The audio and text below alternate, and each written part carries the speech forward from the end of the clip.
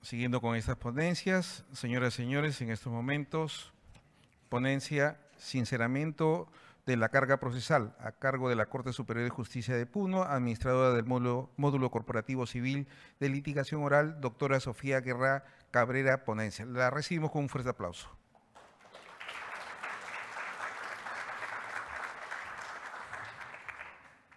Buenos días con todos, buenos días a los magistrados, coordinadores y a las administradoras de cada corte.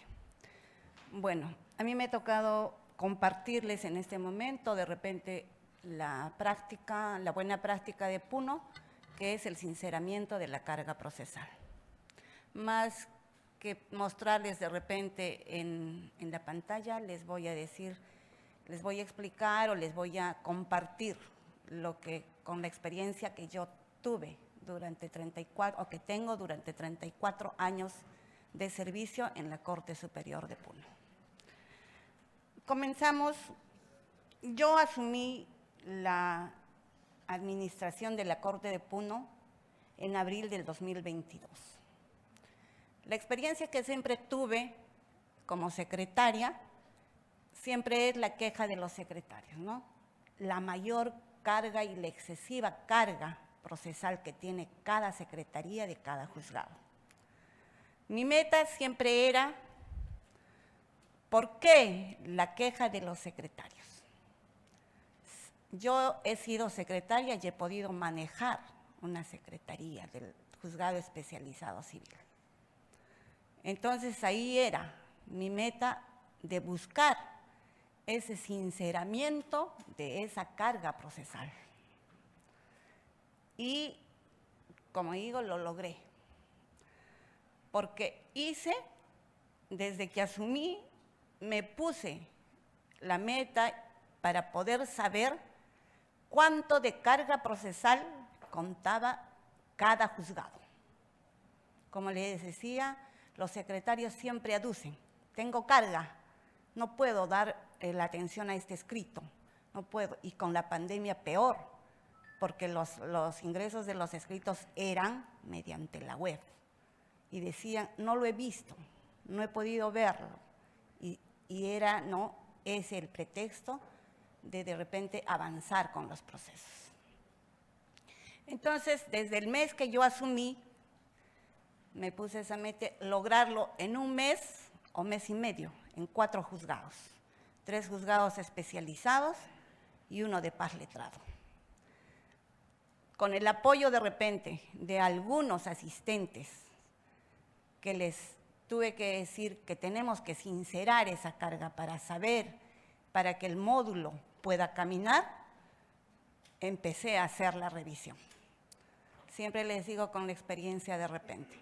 Empezó administración con esos asistentes a realizar la revisión de cada expediente para ver el estado actual con la que estaba cada uno. Entonces empezamos a revisar. No nos dedicamos a diario, nos dedicamos de repente en las tardes, de repente un sábado, un domingo, pero no descuidábamos tampoco los documentos de administración.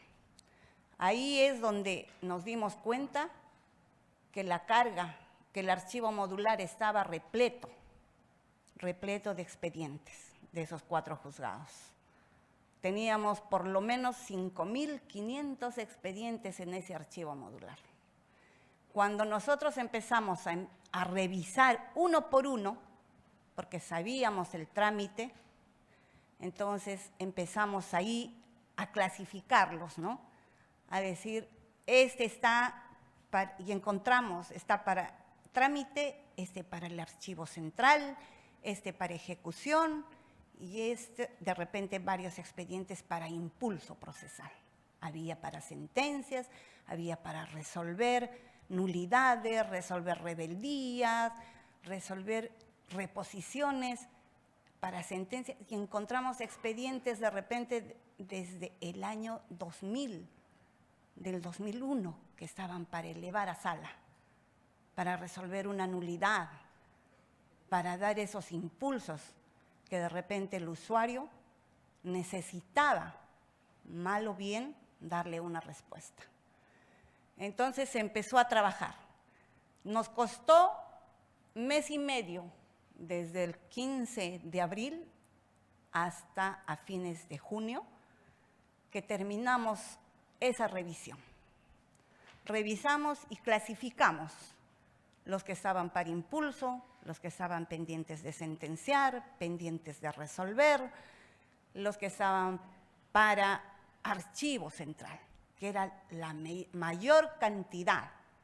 Entonces ahí demostramos a los secretarios, a los señores magistrados, que la carga no era excesiva. Se empezó a trabajar, se culminó ese trabajo en ese tiempo y sabíamos ya cuánto de carga procesal tenía cada juzgado.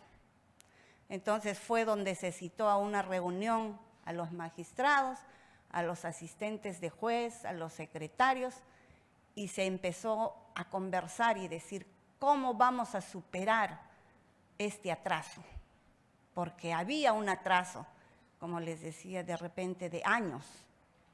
Encontramos hasta para calificar de repente una demanda que había bajado de la sala diciendo nulo y calificación. Pero a veces el secretario lo dejaba en el archivo modular y ese era el problema. Entonces conversamos con los magistrados, con los asistentes, para poder impulsar esos procesos, enviar al archivo y deshacernos de toda esa carga que tenía esos 4 juzgados.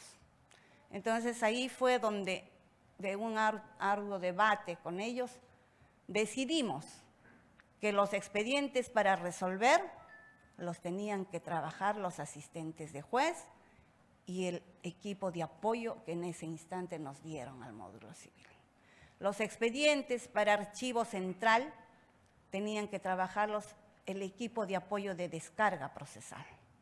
Los expedientes para sentenciar ingresaron a los despachos de los jueces, los expedientes para ejecución a la Secretaría de Ejecución y todo ordenadamente empezar el módulo a trabajar. Y eso es lo que ahora Puno lo hace constantemente. No solo una vez, cada 6 meses nosotros empezamos a revisar, porque sabemos que los secretarios, por no trabajar a veces, ¿no?, lo ponen al archivo modular y otra vez duerme. Entonces, lo que hacemos nosotros es revisar nuevamente. Cada 6 meses revisar y encontrar esos expedientes. Ahí fue donde, como les digo, empezamos a caminar con el módulo civil. Esto fue en Puno y también con la subadministradora de Juliaca. Entonces, ahí se empezó y se supo realmente cuál era la carga de cada juzgado. Ahí se demostró a los secretarios y a los señores magistrados que la carga no era excesiva, se podía manejar. Entonces, empezamos a trabajar siempre con el monitoreo de la administración. Sabemos los administradores de repente que tenemos muchas, ¿qué le digo?, de los secretarios de repente, ¿no? Hasta ya nos dicen, ¿no?, te vamos a denunciar porque mucho nos hostigas. Pero no es eso. El hecho, nosotros nos debemos a servir al usuario. El Poder Judicial no está para no dar respuesta a un usuario. Mal o bien, tenemos que atender todo lo que ellos esperan del Poder Judicial. Entonces, a la actualidad, les voy a comentar que la Corte de Puno tiene, con este sinceramiento de carga procesal, en rezago, el primer juzgado civil tiene 253 expedientes. En oralidad tiene 172, que hace un total de 425 expedientes, que totalmente los secretarios con oralidad y rezago los pueden manejar. El segundo juzgado civil tiene 185 en tradicional, 201 en oralidad, que hacen un total de 386 expedientes. El tercer juzgado civil tiene 83 expedientes de rezago. En oralidad tiene 196, que hacen un total de 279. Y el tercer juzgado de paz letrado, que integra también la oralidad, tiene 673 expedientes. Juliaca tiene, primer juzgado civil, tiene en tradicional 375, en oralidad 402, que hace un total de 777. El segundo juzgado civil, 540 en tradicional, en oralidad 364, que hacen un total de 904, y el tercer juzgado de paz, que tiene 533 expedientes. Esa es la carga actual que maneja Puno. Con ese sinceramiento y con el monitoreo siempre de administración. Administración viene siempre revisando cada 6 meses los expedientes, el estado actual. Esto nos ha permitido de repente ya desactivar una secretaría de rezago y pasarla a la oralidad civil para que pueda avanzar todos esos procesos de oralidad. Nos ha permitido también incrementar personal en las salas de audiencias, porque siempre decían los jueces, ¿no? Se cruza entre juzgados, pero ahora no. Ahora tenemos ya los 4 juzgados, su sala de audiencias y con su personal. De esa manera está caminando la oralidad en la Corte de Puno. Anteriormente nos ayudaba el equipo de repente de apoyo que nos dieron. Por eso hicimos resolver los procesos, avanzar y impulsar. Ahora no, pero lo que hace administración ahora es revisa esos expedientes, saca una relación de expedientes para resolver, de expedientes para sentenciar y se les entrega a cada magistrado, para que cada magistrado pueda exigir, coordinar con el secretario, con su asistente, para que ese proceso avance y se concluya rápidamente. Esa es la buena práctica que les puedo compartir de la Corte de Puno. Gracias.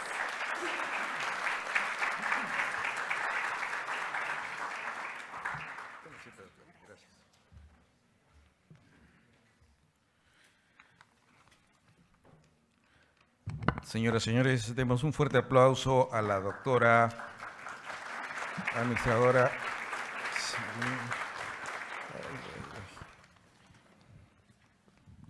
A nuestros 3 ponentes de la Corte Superior de Arequipa, de La Libertad y de Puno. Un fuerte aplauso, por favor.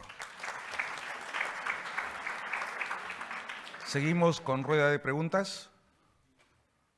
Sí, la primera pregunta, señor, por favor.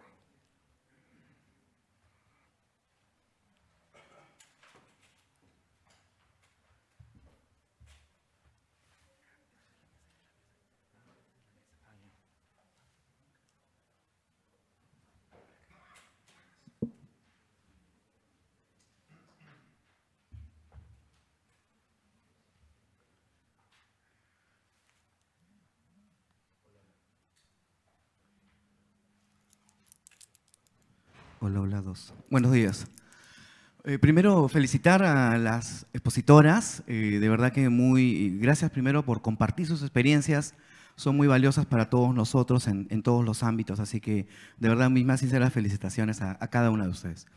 En este caso, quería centrar la pregunta a la expositora de la Corte de Arequipa. Doctor, una consulta. Respecto a lo que nos han mostrado ustedes, el dashboard me parece súper interesante, está bien planteado y da gráficas muy me parece que asertivas, de acuerdo a cómo va avanzando el porcentaje, etcétera, ¿no? Mi pregunta más iba orientada en este caso a los escritos. Nos mostró en una parte que se miden los escritos en cuanto a por ejemplo, al porcentaje de calificación y en base de eso tienen ustedes como una meta, según entendí. La primera pregunta, son 3, 4 preguntas y la hacen lo mismo. La primera es, ¿de qué forma extraen la información? ¿De alguna base de datos a través de informática, un sistema propio que hayan realizado o es que revisan quizá los expedientes de forma manual? O sea, ¿cómo extraen la data? Porque de ahí sale el dashboard. La segunda pregunta es, ¿las metas que establecen son fijadas en base a cantidades, tienen metas fijas de producción hablo netamente de escritos, por cada secretario, o es que estas van variando de acuerdo quizá a mayores ingresos, o cómo es que la forma que tienen de medir, y cuánta es la cantidad que hace cada secretario que se le considera como bueno a superior? La tercera pregunta es, en los escritos que miden, ¿cómo es que miden la calidad de los escritos?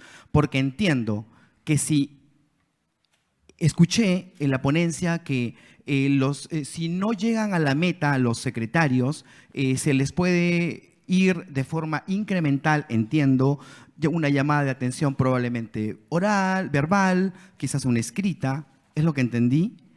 Entonces mi pregunta es, ¿se mide también, por ejemplo,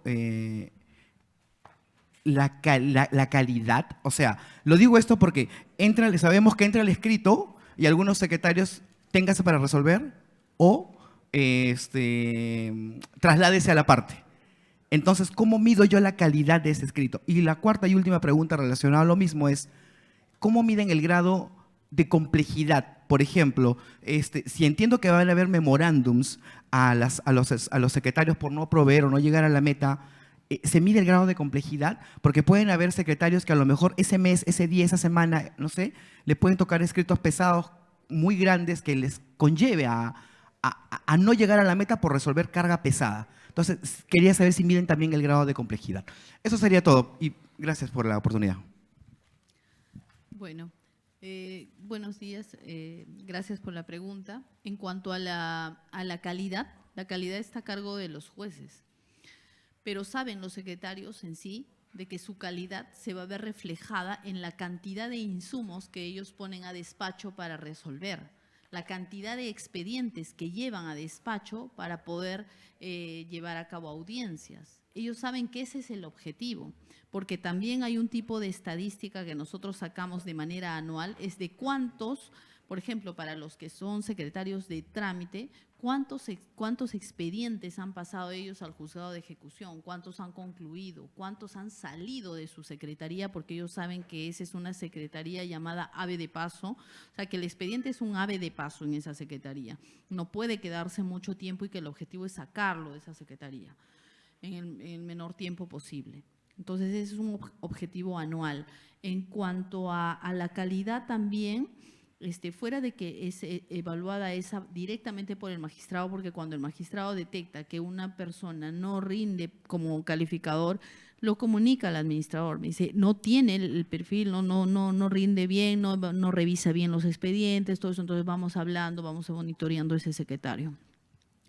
Luego, también sabemos que, me preguntó sobre las metas. Sí, pueden tener expedientes complejos, por eso es que la medición es anual y es mensual.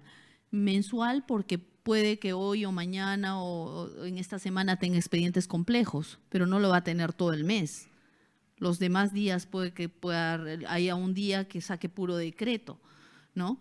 Entonces, también medimos la cantidad de audiencias que llevan a cabo los juzgados. Y al ver la cantidad de audiencias, nosotros tenemos un disgregado, a ver cuántas audiencias son de Campos, cuántas son de Llerena, cuántas son de Risco. Entonces, nosotros sabemos cuántos insumos pone cada uno al despacho y ahí sabemos la calidad, ¿no? Igual con los especialistas de rezago. Los especialistas de rezago, hay unos que sacan, que están corriendo traslado, que están ahí demorando los expedientes, pero hay otros que sacan autos bien concentrados con el objetivo de ponerlos a despacho y determinar esos procesos. Como dice, como es la frase de la doctora Sheila Galagarza con su especialista de rezago, Julie Márquez. Hay que dar la patada ninja al abogado para detenerlo y evitar que presente más escritos y darle fin a este proceso, ¿no? Entonces, ellas hacen un trabajo tal que sacan autos muy concentrados, Entonces ahí también se mide la calidad de trámite que está llevando a cabo el secretario. Y me parece que también consultó acerca de cómo es que nosotros sacábamos esta información. Tenemos 3 fuentes, una es el SIG, la otra es el FE y la otra es la base de datos. El aplicativo en sí ha sido creado entre el informático, el coordinador de informática, con el estadístico, ¿no? Y nos hemos reunido ha habido múltiples reuniones para saber cuál era la data que nosotros necesitábamos para ese aplicativo, qué necesitábamos ver, qué información necesitábamos obtener. Entonces, de acuerdo a eso ha sido diseñada por colores, por áreas, por dependencias, tipo de especialidades, para también hacer un comparativo, ¿no? No se trata solo de mirar al área civil, a los juzgados de litigación oral, sino también de compararlo con las otras especialidades, también de poder ver cómo va laboral, de familia, penal y cómo estamos nosotros con relación a esa carga, porque también hay que hacer un estudio de carga. ¿Cuánta carga puede soportar un especialista legal? Y eso ya lo habíamos visto con el ingeniero José Pablo Vidal de cuando se implementó la oralidad civil. Él vio hasta cuánta carga podía soportar un especialista legal y de acuerdo a esa carga cuánto debía producir. Incluso hizo una proyección de cómo sería la producción, si producía un secretario, producía hasta 15 escritos diarios, en 3 meses podía embalsarse o de repente mantenerse igual, cuánto de tiempo necesitaba, ¿no? Debe producir ese secretario. Nosotros para fijar metas también vemos, a ver ya, hasta en 3 meses podemos poner una meta mínima, que así fue, ¿no? A ver, de 15 escritos diarios, no funcionaba, no se podía, entonces fueron bajando, fueron reajustándose las metas. Y también si vimos que sí podían, porque vimos que la mayoría de especialistas sacaban más de, incluso una temporada, más de 18 escritos diarios. Hay especialistas que pueden sacar hasta 25 escritos. Y lo hemos visto, hay especialistas que a la fecha tienen 72 escritos pendientes y en calificación hay un par de especialistas que andan persiguiendo a los de CDM y que andan buscando carga del día porque están con un día de atraso. Entonces, sí se puede, y al ver que ellos sí pueden, ¿por qué los otros no? Entonces, es ahí que reajustamos metas. Creo que ha quedado. ¿Alguna otra pregunta? Por favor.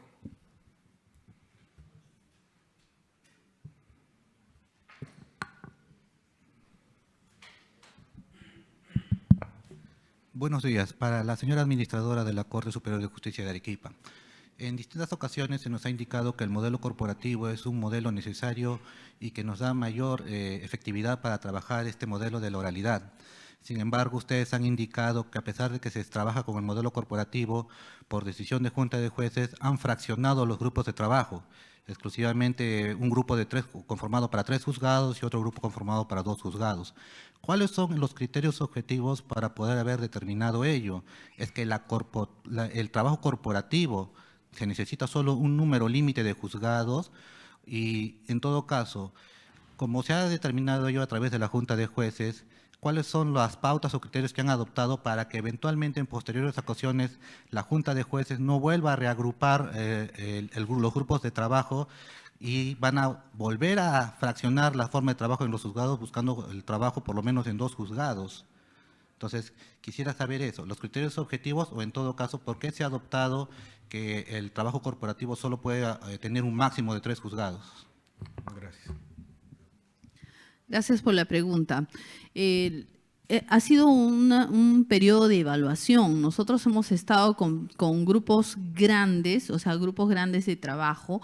En un primer piso funcionan 5 juzgados de trámite más un juzgado de ejecución, y en un segundo piso otros 5 juzgados de trámite más un juzgado de ejecución, y los teníamos corporativizados por piso en equipos grandes de trabajo. Entonces, esto no ha sucedido de la noche a la mañana, ha sido tras años. O sea, primero era el equipo corporativo del piloto, después ya de un equipo grande de 5 juzgados. 8 meses, tras 8 meses de evaluación de ese trabajo, y de las quejas de los secretarios en cuanto a que me confundo. A veces pienso que estoy con el criterio del doctor Calle o otras veces estoy con el criterio del doctor Valencia y me confundo y le llevo el modelo del doctor Calle y luego pienso también en la forma de trabajo de los otros jueces y que si bien es cierto hay unificación de criterios, pero no en todo. Entonces es más difícil y los mismos jueces dicen, tengo que enseñar a 5 especialistas. Y a veces me olvido de a cuál enseñé, a cuál le hablé sobre tal tema.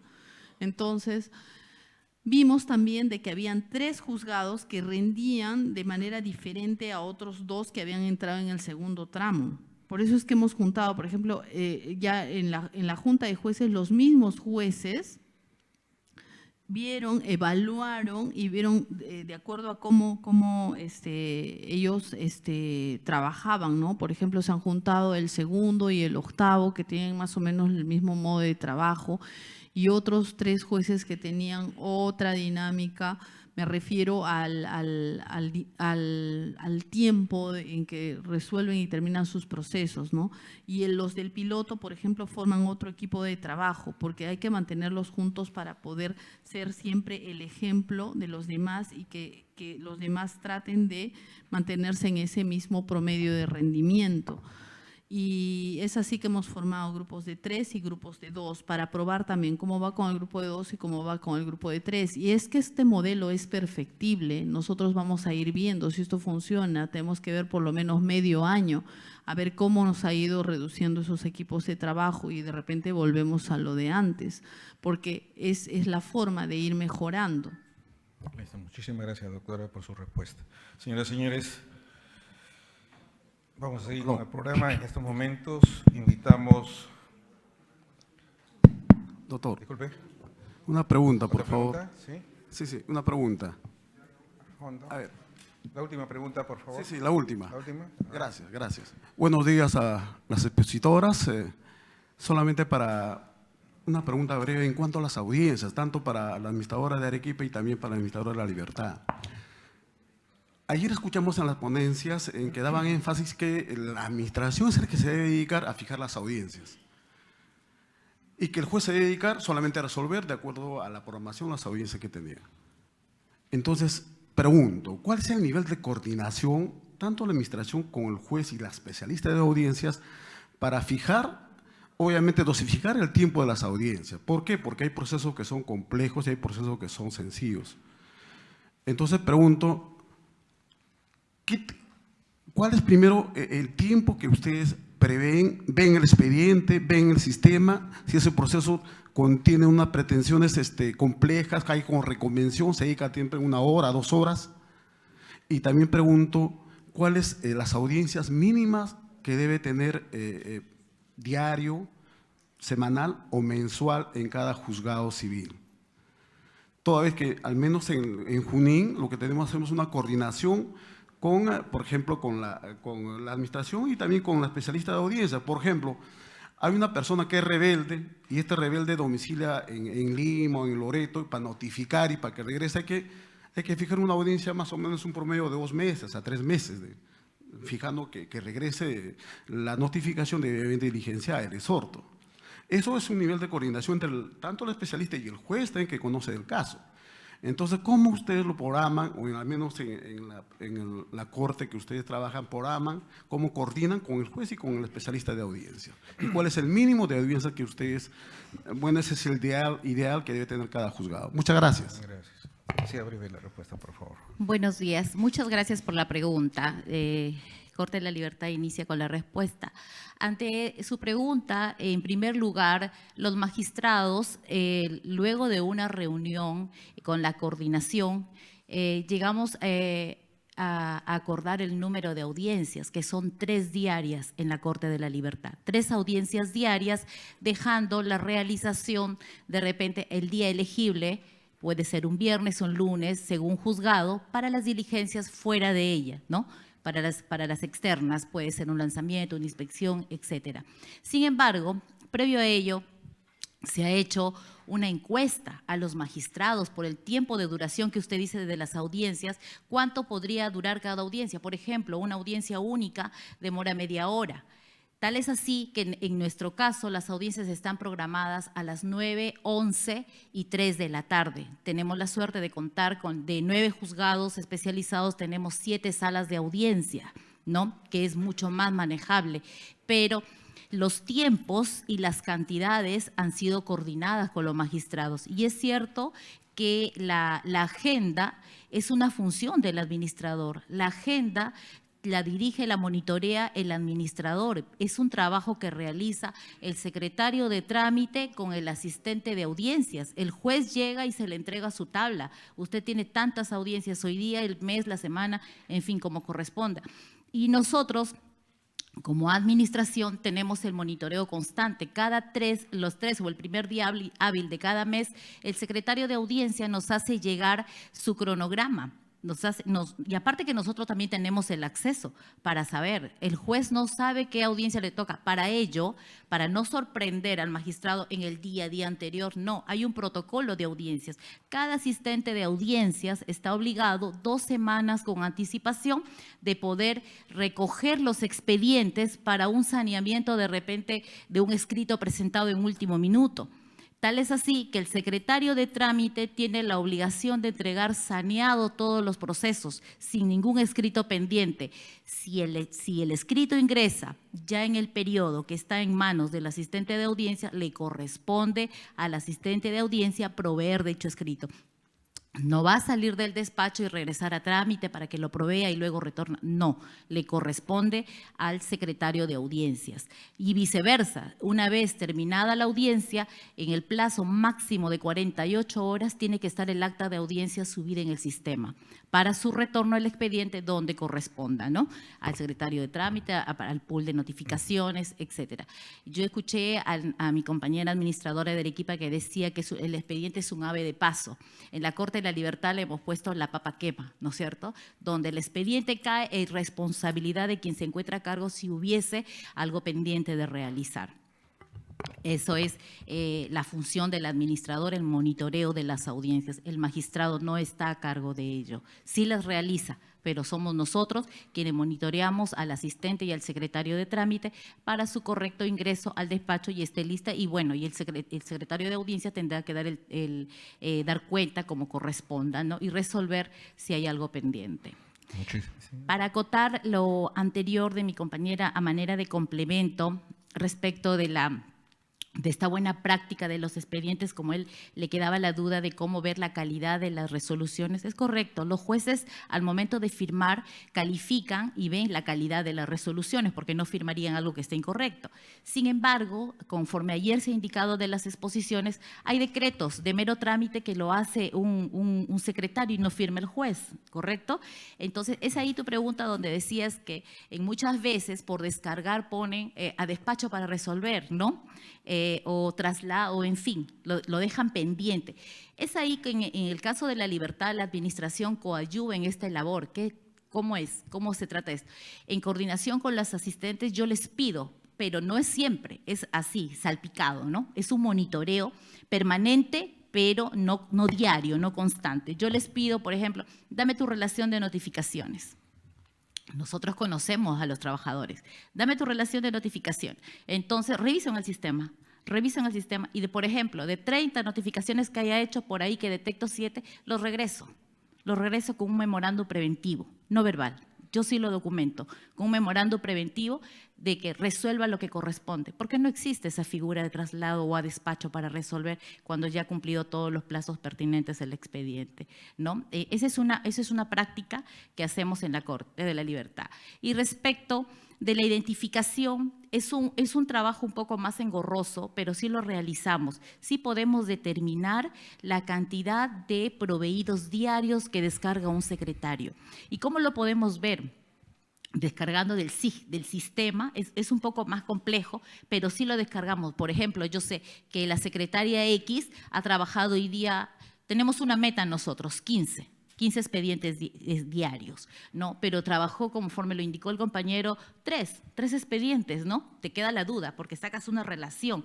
Entonces, nosotros averiguamos por qué has trabajado 3, pero sin ir a preguntar exactamente, lo podemos visualizar porque en ese descargo que hacemos sale el número de expediente. Entonces entramos al sistema y efectivamente vemos que es una resolución compleja. Si tenemos una meta mínima de 15, pero puede ser que haya trabajado 2, 3, es porque hay una resolución que sí lo ameritaba, ¿no? La complejidad. Como también podemos encontrarnos la sorpresa de que existen 3 decretos de desarchivamiento, pero hay que ver, porque también un decreto no es porque sea simple el trámite, porque muchas veces para poder continuar el trámite hay que revisar todo el proceso. Entonces es ahí donde entramos a tallar en conversaciones con los magistrados, ¿no? Que evalúen o reevalúen si es correcto o no. Muchas veces ellos no lo firman, pero si depende de su juzgado, entonces hay que darle la alerta, ¿no? De este tipo de procesos. Muchas gracias. Gracias también, doctora, por su respuesta.